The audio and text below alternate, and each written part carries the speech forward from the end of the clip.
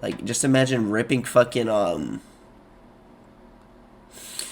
fucking blueberry from your stomach. Would y'all eat a blueberry from someone's stomach after they already ate it and digested it? Reapers, what's is good? It's your boy Laser. He's version of the scary action value. The scary content. So delivers now 5 famous horror movies that inspired real life crimes. Guys, have y'all ever just spit gum on someone? That's the whole crime. You enjoy scary content. These want more scary videos like this feature. Just press the like button. You subscribe, click the notification bell icon. I'll stream daily on Twitch. I'll check music. Slight boy. Let's dive straight in this video.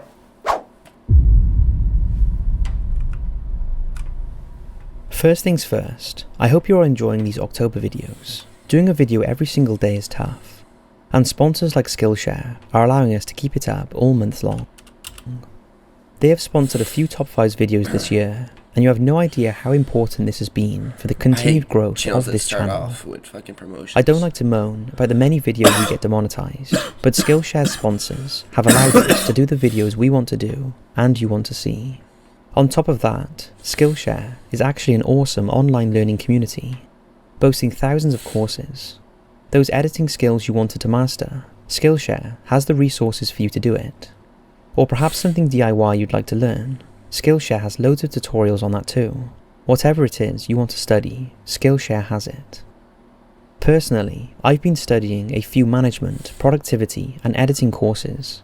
It's been a great help in keeping on top of producing 1 video a day. Best of all, it's well worth it at around $10 per month with an annual plan. But if you're quick to click the special top 5s link in the description and comment, the first 500 people will get 2 months free training on Skillshare. By doing so, you're massively supporting the Top 5s channel and all of the creepy videos that we've been doing for you this month. Now, hit those lights, sit back and enjoy. Motion pictures have been around popular culture since the late 19th century and quickly evolved into a massive mogul of entertainment and mode of storytelling. However, history has seen its fair share of terrible consequences occur at the hands of movies, such as the Aurora, Colorado theatre shooting during a showing of The Dark Knight Rises. Similarly, horror films have created their own issues when their diabolical antagonist and savage serial killer actually inspire cruel motivation and compulsion in certain individuals. Mr. Wolverine Claws, Freddy Krueger. Probably the scariest killer, like, scariest slasher in all movies. Because, like, he can literally kill you in your sleep. And then, like, you saw, like, how they wake up and they're actually, like, dying and shit. Like, they're suffocating and all that shit with blood. Like, if he kills you in your sleep, you actually die in real life. Like, scariest fucking shit. It makes people not want to sleep anymore. Who make it their mission to carry out the crimes of whatever story they saw. With that in mind, here are 5 crimes. Like, imagine if that was, like, real life, bro. Translated to, like, real life. Fucking seeing Freddy Krueger in your fucking dreams and you pretty much know you're fucked if he kills you in your dreams because you actually die in real life.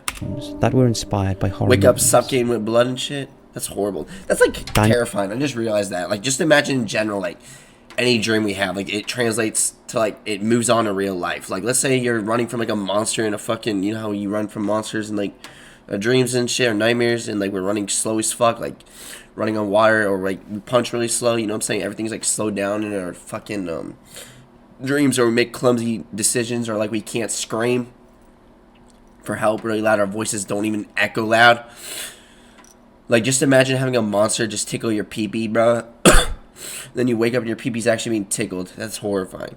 You know what? There's actually, here's the thing, like, our dreams don't translate to real life, but sometimes real life can translate to our dreams. Like, if, let's say if you have, like, pain on your, like, your fucking back, bro. Like, I don't know, you have actual pain on your back in real life. Like, that could translate into your fucking dream. Like, you could have, like, a monster munching on your back. You know what I'm saying? It's kind of like orange juice. Like, for example, like, things we do in real life, like, translates to our dreams. Like, I'm pretty sure drinking, like, juice before your dreams makes it, like, juice before you sleep makes your dreams, like, more vivid and shit. If I'm not mistaken. 𝐂𝐚𝐳𝐭 Gonzalez, A Nightmare on Elm Street. Falling asleep can be a terrifying action for many people, but especially for those who suffer from dream-related illness, sleep paralysis, and nightmares. In 1984, Wes Craven decided to utilize these insecurities and channel them into a massively popular horror flick titled A Nightmare on Elm Street. Oh, this is horrible. The story tracks Nancy Thompson and her group of friends who all dream about the same scared killer with a glove of knives. These dreams soon slip into reality as the nightmare murderer, Freddy Krueger, begins killing the teenagers one by one, bringing terror to Elm Street and inspiring many sleepless nights of viewers in real life. One of the mind's Alright guys, people are wondering like, why is your skin so bright? That's not a filter, by the way. My light's like really bright. By the film was that of 24-year-old Daniel Gonzalez of Frimley, London, who in September of 2004 went on a killing spree that saw 4 deaths and 2 injuries. Gonzalez was jobless and heavily involved with drugs and alcohol. He spent most of his free time playing computer games and watching horror movies, with his favourite being A Nightmare on Elm Street. Fascinated by Freddy Krueger and his glove of knives, Gonzalez exclaimed he wanted to be a famous serial killer like Krueger and went out on the streets to complete his mission. On September the 15th, Gonzalez told 2 Portsmouth residents that he would kill them, but the husband and wife fought him off.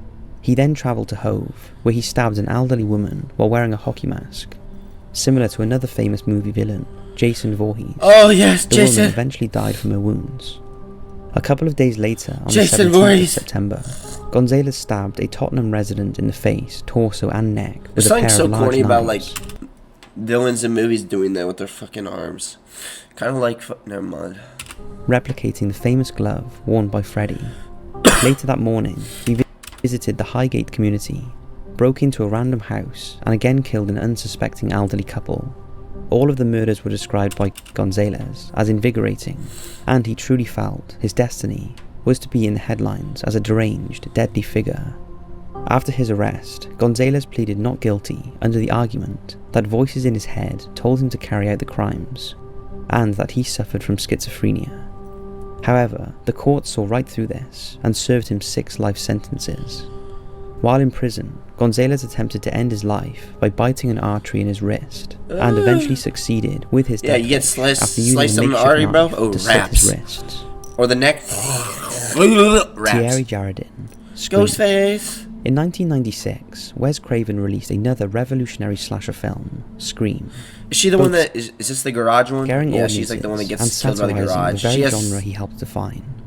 The film follows a young teenage girl from a small California town, still coping with the death of like her out of all mother the slashers, Ghostface was like the most clumsy. a year before. It was like multiple people too. It turns out the girl is now the target. It wasn't of even a masked slasher killer, himself. It was like multiple. thought to be the people. perpetrator It was of like her an mother's organization murder. technically. The knife-wielding killer, wearing a long black robe and ghoulish white screaming. Like, bro, I mask. love Ghostface, coolest outfit, but probably like the most clumsy like slasher out of all the movies. You know. Hunts the girl by hiding amongst the shadows and stalking other high schoolers. And 2 amateur tabloid investigators take it upon themselves to solve the masked mystery as the teenage girl fights for her life. The film inspired quite a yeah, there's that one part where Ghostface like started like knifing someone's breast implants. few copycat killers, though most famously Thierry Jaradin of Belgium. He was 24 years old when he befriended Alison Cambier, who one day visited him at his home. Thierry made unwelcome advances towards Alison, and after she rejected him, he left the room in a hidden rage.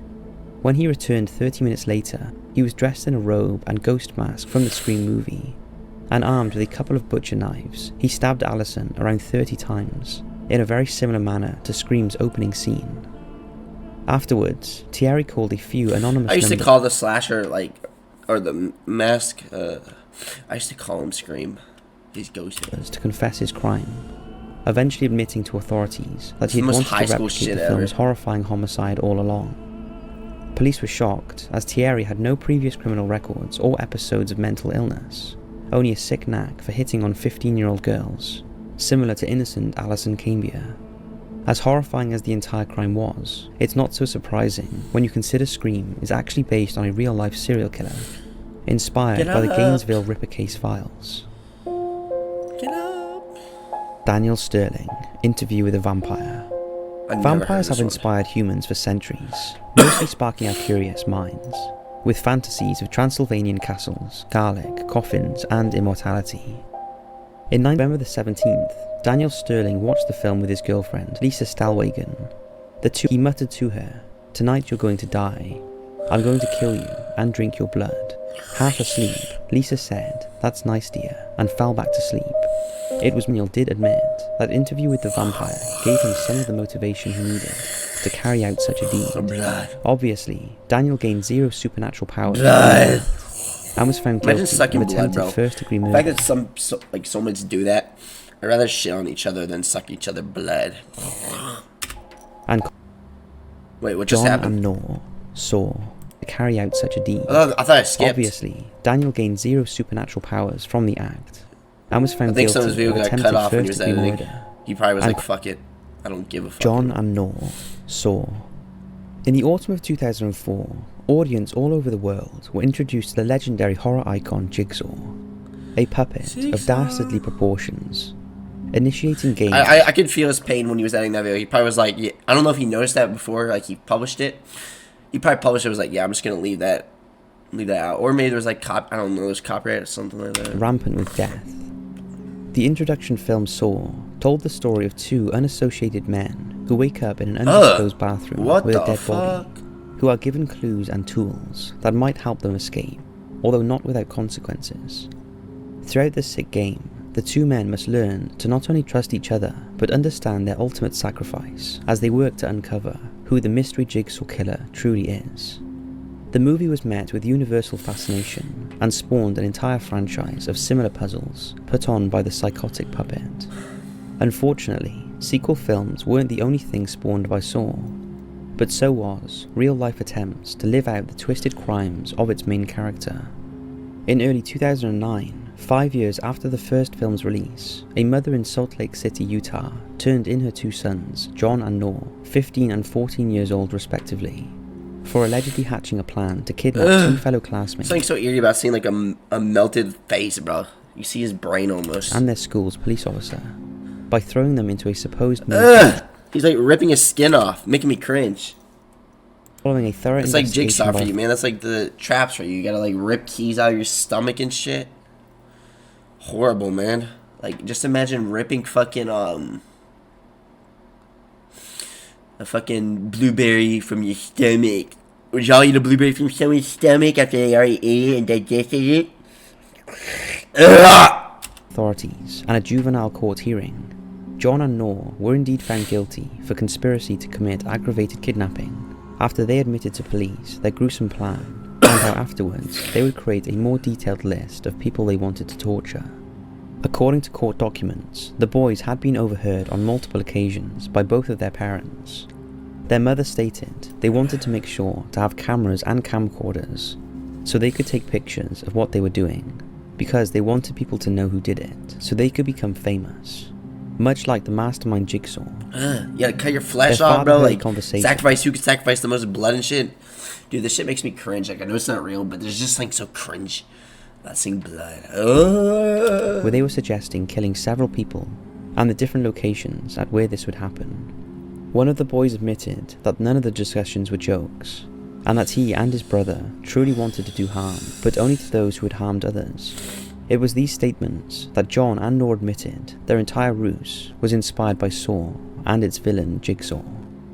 Why such a horrifying flick inspired disturbing impulses in the boys we'll never truly know, but it does leave us to wonder the effects that grossly violent films have on young, developing minds, especially those minds that are already a case study for disturbances.